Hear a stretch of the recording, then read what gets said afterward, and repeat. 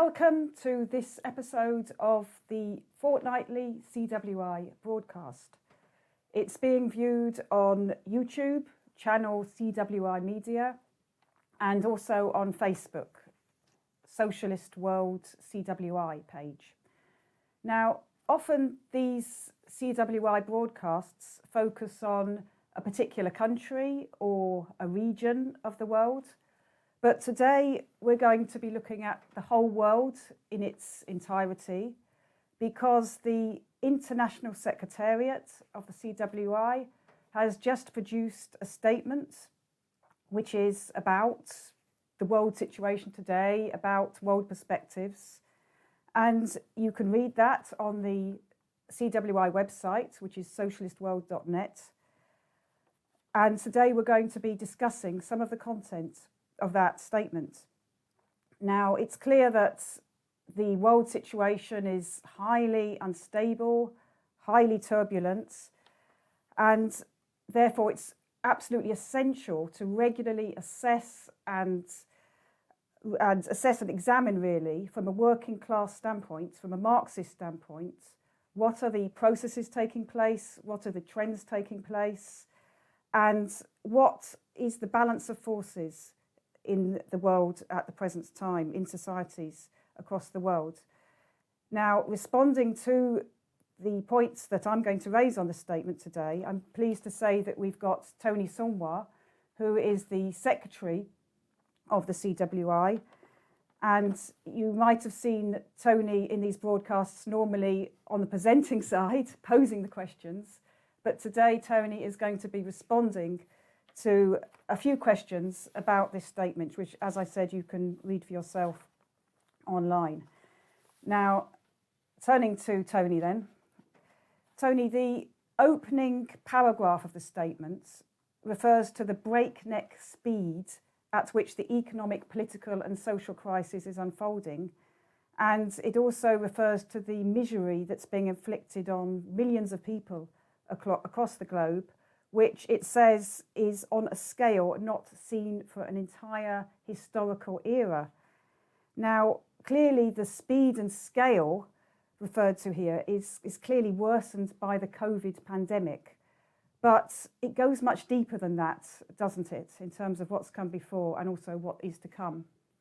Well, thanks, Judy. Well, yes, in a one-word response, it does go much deeper than that, because what we see here is, of course, we're dealing with COVID, which on every single aspect of economy, politics, social and geopolitical relations has been the great accelerator. It's the great accelerator in terms of its effects on political parties, on the crisis that it produces in political parties, and it's been the great accelerator in terms of exposing the character of capitalism today. Now, that said, I think it's important that we also underline the point that all of the features we now see developing globally of massive polarization between the classes, of the vast inequalities which have developed under capitalism, of the brutality of capitalism reflected in the misery which is being heaped upon the backs of millions of working people throughout the world in terms of starvation in Africa, Asia, Latin America. All of those trends were present prior to the development of COVID. Now, if we take the economic situation, which is paramount, if we look what was taking place globally before the pandemic hit, what did we see? We saw the slowing down of the economy, some economies already going into a recession. We've seen the accumulation of an incredible amount of global debt. It accounted for $250 trillion of total global debt before the pandemic hit.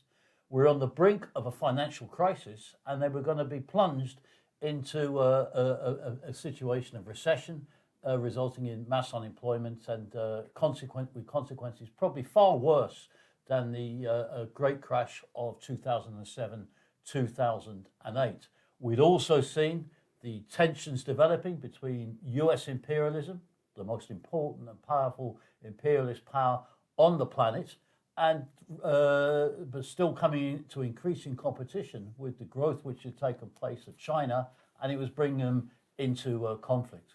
We've seen a process, as the CWI had explained, of a deglobalization was beginning to set in terms of a reversal of the globalization processes that took place, and that was resulting those factors in all sorts of tensions developing on a geopolitical basis in a whole series of regions of the world. Now, all of that has been catapulted forward by probably 5 years in terms of the consequences of those trends, in terms of not being faced with the pandemic itself. We see a growing tendency towards the clash between US imperialism and China. We see the tendency towards deglobalization and reflected in the outbreaks of regional clashes around the world, between not only between China and the United States. We see China clashing with India. We've seen the recent developments, of course, in Armenia and Azerbaijan, which has taken place. The prospect of a conflict, almost that they just averted it, but between Greece and Turkey over gas supplies in the Mediterranean, which would have pitted, by the way, two NATO powers against each other. And all of that's been vastly accelerated. And most importantly, within it, the class antagonisms in every single country have been vastly accelerated as the pandemic and its consequences have hit home. So it does go deeper than just the COVID crisis. But what it is pointing to is that we're now into an era of turbulent upheavals for the foreseeable future. We're into an era of recession and depression economically, and we're into an era of polarized and bitter class struggles that are taking place as the forces of reaction and revolution struggle for dominance. Thanks, Tony. And it's clear that within the long-term process of capitalist decline that's outlined in the statement, there is now a prolonged, drawn-out cycle of economic crisis across the world, which is definitely being worsened by the pandemic. Now, I just wanted to draw your attention to the title of the statement, which actually is a kind of subtitle because it starts with World Perspectives. And then it's got the subtitle, Revolution and Counter-Revolution, Who Stands to Gain? Now, clearly, revolution in the title is a reference to the major protests that have been taking place around the world. But just wanted to ask you about the phrase counter-revolution, which is referring to the rise in prominence of right-wing populist forces and maybe the far right in a number of countries, is it? Yes, I think, Judy, that's a crucial question, given the conjunction that we're currently at, because we've already seen, and this is at the beginning, we have to emphasize that point, this is the beginning of the crisis, what we've seen in the last few months. We've seen these incredible uprisings taking place. And by the way, some of them are already, of course, begun before the pandemic hit. But we've seen the outpouring of anger, of mass uprisings in the Lebanon. We call to revolution. We've seen movements in Iraq. We've seen mass movements in Algeria, a whole series of countries. And demonstrators taking to the streets. We saw the Black Lives Matter movement. All the features in that sense of revolution. And a demand for change, an outpouring of anger. The problem is that many of these movements, and the majority of these movements, have tended to be spontaneous. We've seen the absence of mass workers' parties present in them, lack of organisation within these movements, and of course we've seen the limits now of spontaneity being threatened because of the absence of a clear alternative to the existing regime. Now, if you look at the broad political position, we've had upheaval and disquiet, bitter anger reflected as the consequences of this crisis. But we've also seen the emergence in some countries of the far right, or right-wing populist forces develop. Mainly electorally, it's true, but nevertheless, in some countries they've gone further than that. And really, those forces have been able to step in a very opportunistic and populist manner because of the vacuum which has existed. And of course, they're a right-wing reactionary character. They played on the fears of people about the economy, about the lockdown, the opposition of people to the existing regimes and governments in many countries. but it's the threat of reaction. And this is the nature of the era that we are now in. If the left and the socialists and the workers' movement does not build viable mass alternatives, then people will look elsewhere for a solution. And of course, that will involve the populist right with their racist and rhetoric being echoed. And in some countries, we see the emergence of far-right, semi-fascistic groups, not mass forces, but nevertheless movements which can be a warning because they can be used as an auxiliary by the ruling class, as maybe we'll come on to discuss a little bit later. But they are key features of elements of the counter-revolution which are there elements of reaction. There's other aspects of it as well, which are demonstrated in terms of the features of reaction which can be present. We've seen the beginnings of disintegration of some nations. The breakup, particularly in Africa, of some countries is a measure of a sort of social collapse which is gripping some countries which have been the most devastated by this crisis. Yes, the seeming strength of the right-wing populist governments really is an indication of their weakness, a fear of the mass movements, as you've explained, and their increase in authoritarian repressive type measures is also, of course, a indication of their fear of what, these protest movements from below. And clearly special measures are necessary for health reasons, but many governments are clearly accumulating powers which they intend to go beyond the needs of the health crisis.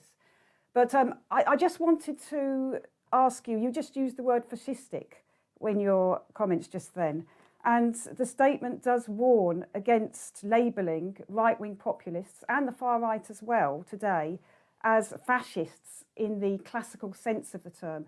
Can you just briefly say why you think it was necessary to make those points in the statement? Well, because I think that's a very important question. I think obviously we would understand and entirely sympathise with many youth and workers who would see some of these right-wing populist governments coming to power, carrying out brutal policies and introducing quite repressive elements of legislation.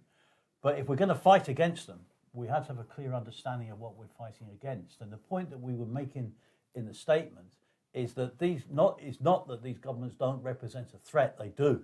They pose a very concrete threat to the interests of the masses where they're in power. Bolsonaro in Brazil, and most definitely Modi in India is carrying out brutal repression at this stage.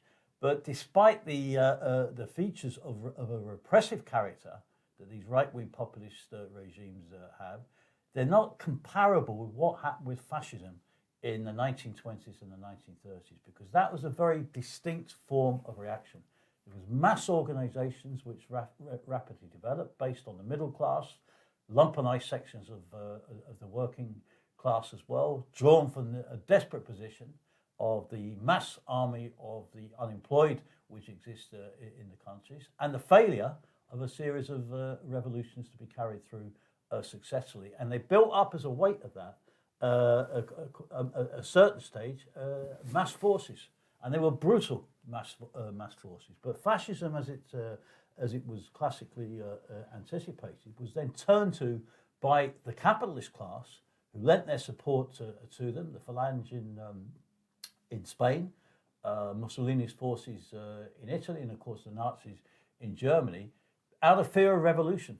But they had a very specific objective, those fascist forces, and that was to atomize, by mobilizing these mass ranks of fascist thugs, to atomize and to destroy and obliterate the organizations of the working class, and to atomize the working class as a class. Now, we see repressive measures being carried through, but there is a difference between that type of movement, which existed in the 20s and the 30s, to what we see today with the more right-wing populist forces. Now, some of them can have a bit of a mixed character. If you look, for example, at the Modi regime in India, he stands at the head of the BJP, the largest political party in the world, I think with 100 million members. But then he has a group, a substantial force in the RSS, which is there, which has a fascistic element about it, which goes much further than that. And we therefore need to distinguish of what we're dealing with. I mean, Trump in the US is a vicious reactionary. carrying out quite authoritarian and brutal measures. Bolsonaro is a vicious reactionary, introducing repressive measures in relation to Brazil, but they're not at the same order and they don't have the same social base as what the fascist movements did in the 1920s and the 30s, because the social conditions have existed and have changed, rather, in terms of the current position. Now, that doesn't mean to say that in some countries the capitalists won't use these smaller militias or groupings or fascistic type of organisations as a certain auxiliary to try and intimidate and attack workers. But it's a somewhat different scale to what we saw in the 1920s and the 30s, because the social conditions are different. Okay, thanks. So that's an important qualification when analysing the forces on the right. Now, the situation in the United States obviously features quite prominently in the statements, especially bearing in mind the coming presidential election in the US. And the statement mentions the sweeping Black Lives Matter movements, but it also mentions the right-wing militias that have increased in a number of cities of the US, the violent clashes that have taken place. Now, could you just make a comment perhaps on what impact those events and that situation is having in the US, but also on the election, the coming election? Well, what it has featured, I mean, is that those events have taken place, reflecting the incredible social crisis which faces US imperialism at the present time. It is almost unparalleled in terms of the economic devastation which is being wreaked on the mass of the population, of this incredible polarization which has taken place under the Trump administration in particular. But that's a reflection of the class polarization which was breaking in US society itself. And it's gone to an incredible degree. I mean, if you look at the processes unfolding in the US presidential elections, for any viewers who've watched the American version of House of Cards, which was very dramatic, I mean, that is paled into significance. I mean, it makes it look like a docile stroll in the park, what Underwood was doing in that particular TV series, compared to what Trump has been up to in the course of the past period and what he's doing now in the run up to the up to the election. So these militias which have developed, which you mentioned, I mean, it's a reflection of the crisis. There is an element of civil war taking place. We shouldn't exaggerate it, but there are elements posed in that, in the degree of polarization, which has assumed armed clashes at the present time. And there you can see the point that we were making in response to your previous question about the forces involved. You have all sorts of forces involved within this particular struggle.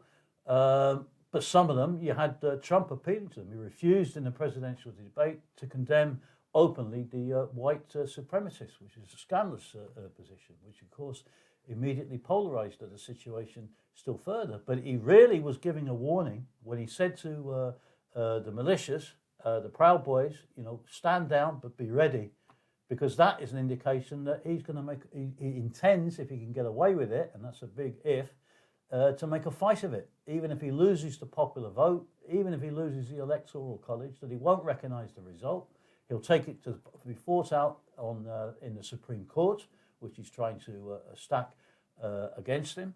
And if necessary, some of his forces will take to the streets. And I mean, it's not the general position of Trump supporters, but in that particular militia that he mentioned, the Proud Boys, I mean, some of them are fascistic forces involved in that. And he'll try and use them as a bit of an auxiliary. Now, we shouldn't exaggerate their size. I mean, we've got to take into account the scale of the American population, the mass opposition, which is there to Trump.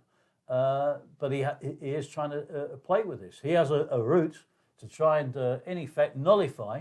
It's an attempt of a form of coup, is what he appears to be planning at this stage, to remain in the White House, to refuse to leave, to take it to the Congress to decide the outcome of the election, if necessary, the Supreme Court, which he's trying to stack. And by the way, he's encountered a little bit of a setback there, not only himself having contracted the coronavirus, but 3 Republican senators have also contracted the coronavirus. He's made this nomination to try and pack the Supreme Court in preparation for rigging the election by nominating Amy Barrett.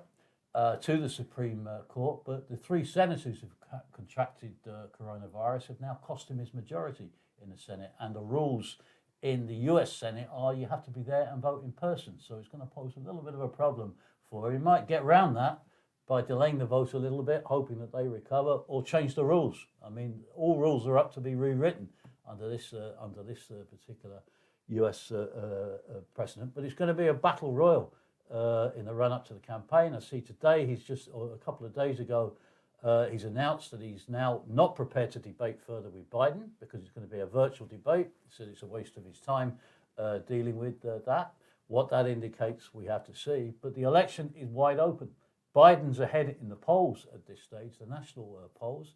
It's a bit more closer in some of the swing states, and the impact that can have on the Electoral College is somewhat open. But Trump, even if he loses, the popular vote and the Electoral Colleges is preparing to challenge that, and what that could mean. I mean, it's an incredible position if you think about it, where his opponent, Biden, has even raised the spectacle of calling upon the military to escort Trump out of the White House if he refused to leave.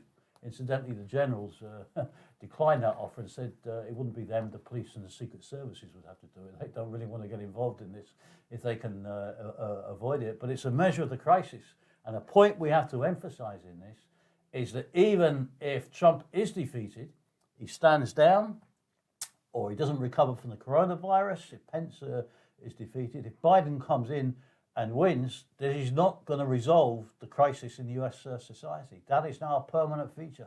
And what is posed as an urgent necessity, a crucial task now, is crying out for in the US is the emergence of a new independent party of the working class. The vacuum which is there is enormous. Over 50% of American youth now support the idea of socialism being preferable to a capitalist society. Whether they fully understand what socialism means is another question, but it's a measure of the sea change which has taken place, and it's a struggle taking place between the classes in the US, but it poses a need for a real alternative, which unfortunately Biden is not offering in the course of the election campaign. Yes, certainly not. Now, clearly Trump did not plan to have an economy in acute crisis as he went into the presidential election. But they have been there's been massive sums of money put into trying to resurrect the economy, not just in the US, but other countries across the world as well. Will these sums of money have an effect in the US, but also in the other major capitalist economies? Can these sums of money return economies to growth? And what about people's jobs? What about unemployment? Are they going to be able to stop a huge rise in unemployment across the globe? Well, I think that's the critical question, Judy, that you posed there, because we've seen these stimulus packages, emergency measures introduced. I mean, it's trillions and trillions. I mean, I don't think anybody yet now has calculated what the total amount of money poured into the world economy during this crisis is. The last figure I saw, which is now out of date because of the new amounts that have been poured in Britain, in America and elsewhere, was over $20 trillion globally has been put in by the main capitalist economies. I mean, it's an incredible amount which is being poured in. And they've had to do that in order to try and prevent a complete collapse taking place of their economies. Now, what has that done? Well, I think it's had a certain effect. We can't deny it's had no effect and say it's had no effect. It has prevented a complete collapse, but it plunged them into the worst economic position that they've had for decades. And for a period, it plunged crucial economies back into a worse position than they had in the 1930s. Now, the furlough schemes, the state money that was given out partly alleviated the effects of that. That's coming to an end now. And of course, we see a change in somewhat of a change in the position. But what they're not going to be able to do, despite the pumping in of that money, the striking thing is they put all of the trillions into the global economy. It's averted a complete collapse, but it's not prevented crucial economies, the majority of the countries. It's difficult to think of one that's not devastatingly affected by this crisis. It's still left those key economies in the depths of recession, and some of them in outright depression. You have a tsunami of unemployment is about to hit certainly the UK, and it's already hit the United States in the course of the past period. Leave aside what's happened in the neo-colonial world. And the same applies in relation to Spain, to Italy, and other key capitalist economies as well. And while there has been, and there may be a certain ephemeral bounce back from the initial collapse which took place really because of the shutdowns and the lockdowns, I mean, a certain upturn in production was taking place, they're not going to go back to the position that they had certainly pre-2007, 2008. And we saw the consequences of that economically and in terms of the social political upheavals that took place. And it's already worse than that position. And in my view, it's going to remain worse than that position. There might be a certain bounce back. But as we put it in the document, they're just going to stumble from one crisis to another. There is an impending debt crisis waiting to explode in the neo-colonial world, particularly in Africa and Latin America and indeed elsewhere. And the central problem they have is that they've used this corona crisis to accelerate a process of attacking living standards, increasing the exploitation of the working class, together with a massive rise of unemployment. And the question is, where's the market? People do not have the resources and the money to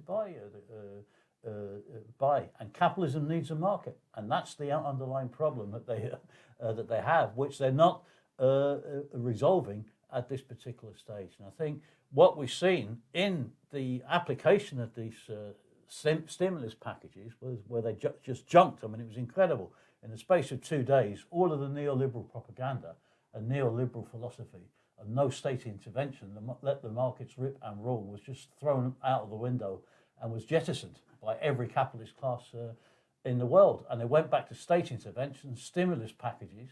They've accumulated this massive debt. And now what you see is they're going to attempt to come back and make the working class pay again for that through increased taxes, prices, etc. So they're not resolving any problems. And what these stimulus packages have revealed, they've gone back, if you like, to the old Keynesian policies, but it's revealed the limitations of Keynesianism as far as being able to resolve a crisis of this particular depth at this conjuncture in the history of capitalism. So we're in really for a decade of permanent mass unemployment, and for the younger generation, it's an horrific situation, which is going to open up of joblessness and unemployment and poverty, the likes of which the youth have not seen in the course of the past decades in the advanced capitalist countries, and that is now going to rain down on the people, and it's going to provoke, and is already provoking, political and social convulsions. Well, that is clearly a devastating picture for working class people, for the middle layers in society across the globe, when you look at those consequences that we're seeing, which you've just spelt out graphically. But what are the left trade union leaders and trade union leaders in general doing in terms of protecting the living standards of working class people? And what's the situation regarding the left leaders of the former, well, I should say those more on the left, those nominally on the left at least, of the former social democratic parties, the so-called communist parties across the globe and so on? What are they doing to fight against this situation, to protect people's living standards? Well, this is one of the greatest tragedies of the situation, because just as the workers are being put under the hammer and being viciously attacked and being laid off, I think it's true that in general, with a few notable exceptions, but in general, the trade union bureaucracy globally has put itself in quarantine, and it's been absent without leave in terms of lifting a finger, frankly, to take any steps to protect the working class who are suffering from these horrific consequences. There's no serious struggle has been conducted. Many of the trade union leaders have tried to, in effect, shut up shop during this crisis, with the structures not function. Of course, they'd have to function on a somewhat different basis, but some sort of workplace initiatives were possible, but they've not in general organised any meaningful struggle. And we've seen that reflected in a whole series of countries. Even in countries where you have seen them, because of the pressure which has existed, where they've been compelled to formally call action, they just then either called the action off or just abandoned the struggle completely. The most graphic state was in Nigeria, where the trade unions convened a general strike against the increase in fuel prices and electricity costs. They convened a strike against it. They then go and negotiate with the government and are completely convinced by the government's case, who said they were bankrupt. So the trade unions put their hands up, trade union leaders put their hands up, and in effect just said, okay, the government can't afford it. We accept what they say. There's nothing we can do. The strike's off, and just called it off overnight. And that's a graphic illustration of a story which could be repeated in country after country. Where they've absented themselves, and it has highlighted the need for a struggle to take place to organise workers in and around the trade unions, to reclaim the trade unions, and to transform them into fighting, combative organisations of the working class, which the workers desperately need in terms of facing up to this crisis which has now taken place. Strikes are not going to be enough with this onslaught of redundancies. It's going to be a question of initiating occupations of the workplaces to defend jobs, demanding nationalisation and fighting for companies to be nationalised, for the books to be open, to see where the profits have gone and what the employers have done, and how they squandered the resources available to them. And tragically, what has happened with the trade union leaders has also been echoed by the official left leaders of the former social democratic, socialist and Labour parties, who've capitulated to capitalism, have accepted the idea, the propaganda of the ruling class, of the need for national unity, for everybody to come together.